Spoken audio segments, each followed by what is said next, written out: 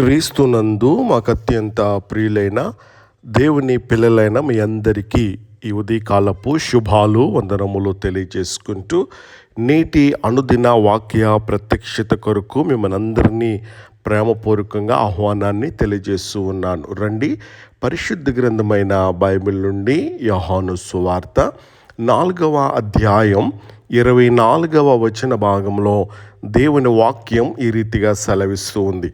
ఆయనను ఆరాధించువారు ఆత్మతోనూ సత్యముతోనూ ఆరాధింపవలెను. ఆయనను ఆరాధించువారు ఆత్మతోనూ సత్యముతోనూ ఆరాధింపవలెను. ప్రభునందు ప్రియ దేవుని బిడ్డలారా, చదవబడినటువంటి లేఖన భాగంలో మనం చూస్తూ ఉన్నప్పుడు ఈరోజు అనేకులు ఆరాధన చేస్తున్నామని అంటున్నారు.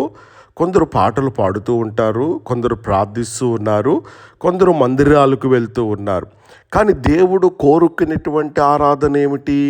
యేసుక్రీస్తు సమరయ స్త్రీతో మాట్లాడుతూ ఉన్నప్పుడు ఒక అద్భుతమైనటువంటి గొప్ప సత్యాన్ని ప్రకటించాడు. దేవుడు మన బాహ్య క్రియలను మాత్రమే చూడడు, మన హృదయ స్థితిని చూస్తాడు గనుక అందుకే యేసయ్య చెప్పారు, మరి ఏమనంటే గనక ఆత్మతోనూ సత్యముతోనూ ఆరాధింపవలెను. ఆరాధన అనేది ఒక కార్యక్రమము కాదు, అది ఒక జీవన విధానం. మరొకసారి జ్ఞాపం చేస్తున్నాను, ఆరాధన అనేది ఒక కార్యక్రమం కాదు, అది ఒక జీవన విధానం అనే సత్యాన్ని మనం గమనించాలి. దేవుడు ఎలా ఉన్నాడు? ఆత్మగానున్నాడు. యోహాను సువార్త 4:24 మొదట యేసు ప్రభు చెప్పింది, దేవుడు ఆత్మ గనుక. అంటే దేవుడు కేవలం ఒక స్థలములో ఉండేవాడు కాదు. ఆయన యెరూషలేములో మాత్రమే లేడు, ఆయన ఒక మందిరములో మాత్రమే లేడు, ఆయన సర్వము వ్యాపించి ఉన్నాడు. సర్వ వ్యాప్తి ఆయన హృదయాలను పరిశీలించే దేవుడు. మనిషి బయట రూపాన్ని చూశాడు, కానీ దేవుడు అంతరంగాన్ని చూస్తాడు. కాబట్టి దేవుని దగ్గరకు వస్తూ ఉన్నప్పుడు మన హృదయం ఎట్లా ఉండాలో తెలుసా? పరిశుద్ధంగా ఉండాలి. ఆత్మతో ఆరాధించటం అంటే ఏంటి?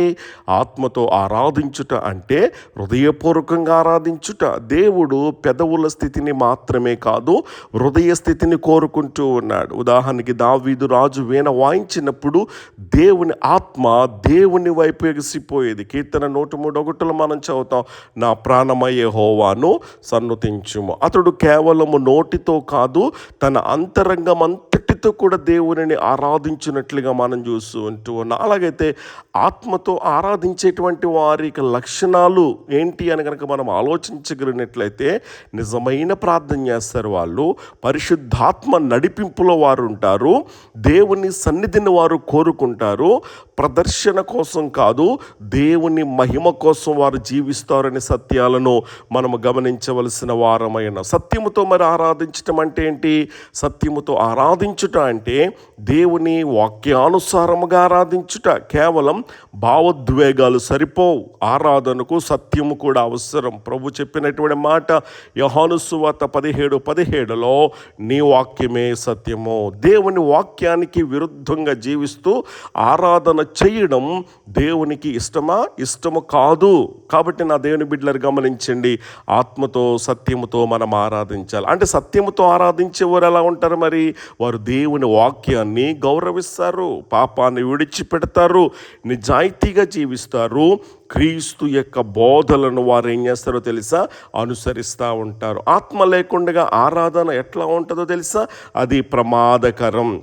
అనేక మంది ఆచారాలను పాటిస్తారు, కానీ హృదయం మాత్రం దేవునికి దూరంగా ఉంటుంది. యెషయా ప్రవచన పుస్తకం 29:13 మనం చదువుతూ ఉన్నప్పుడు, ఈ ప్రజలు తమ పెదవులతో నన్ను గణపరుచున్నారు, కానీ వారి హృదయము ఎలా ఉందంటే దేవునికి దూరముగా ఉన్నదని చెప్పేసి అంటూ ఉన్నారు. కాబట్టి కేవలం బాహ్య ఆరాధన దేవునికి ఇష్టం కాదు, దేవుడు హృదయాన్ని కోరుతూ ఉన్నాడు. సత్యము లేకుండా ఆరాధన ఎట్లా ఉంటుందో తెలుసా? అది ప్రమాదకరం అనేటువంటి విషయాన్ని నేను మీకు జ్ఞాపం చేస్తూ ఉన్నాను. ప్రభునందు ప్రియ దేవుని బిడ్డలారా, గమనించండి, ఈ యొక్క దినాన పరిశుద్ధాత్మ దేవుడు మనతో మాట్లాడుతున్నటువంటి మాట, దేవుడు ఆత్మ గనుక ఆయనను ఆరాధించువారు ఎలా ఆరాధించాలంట? ఆత్మతోనూ సత్యముతోనూ ఆరాధించాలి. ఆత్మ మరియు సత్యం రెండు కలిసినప్పుడు మాత్రమే సంపూర్ణ ఆరాధన ఏర్పడుతూ ఉంటుంది అనేటువంటి సత్యాన్ని మనం గమనించాలి. గమనించాలి. అలాగైతే కనుక దేవుడు ఎవరిని వెతుకుతూ ఉన్నాడు? దేవుడు డబ్బును వెతకటం లేదు, దేవుడు భవనాలను వెతకటం లేదు, దేవుడు ప్రతిభను వెతకటం లేదు. కానీ దేవుడు ఎవరిని వెతుకుతున్నాడు అంటే కనుక నిజమైన ఆరాధికులను ఆయన వెతుకుతూ ఉంటూ ఉన్నాడు. అలాగైతే కనుక ఈ దినాన మనము గమనించవలసినటువంటి విషయం ఏంటో తెలుసా? దేవుడు మన పాటల సంఖ్యను చూడడు, మన ప్రార్థనల పొడవును చూడడు, మన హృదయ సత్యతను, యథార్థతను చూస్తాడనేటువంటి విషయాన్ని మనం గుర్తించాలి. ఈరోజు మనల్ని మనము పరిశీలించుకోవాలి. అదేంటో తెలుసా? నా ఆరాధన ఆత్మతో నిండినదా? నా ఆరాధన సత్యముతో కూడినదా?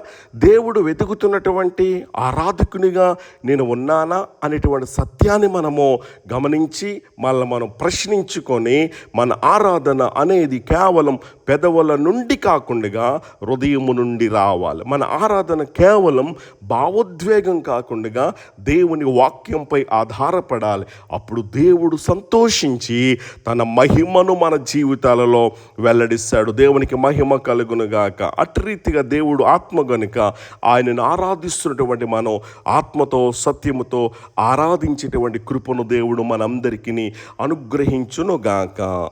ఆమేన్.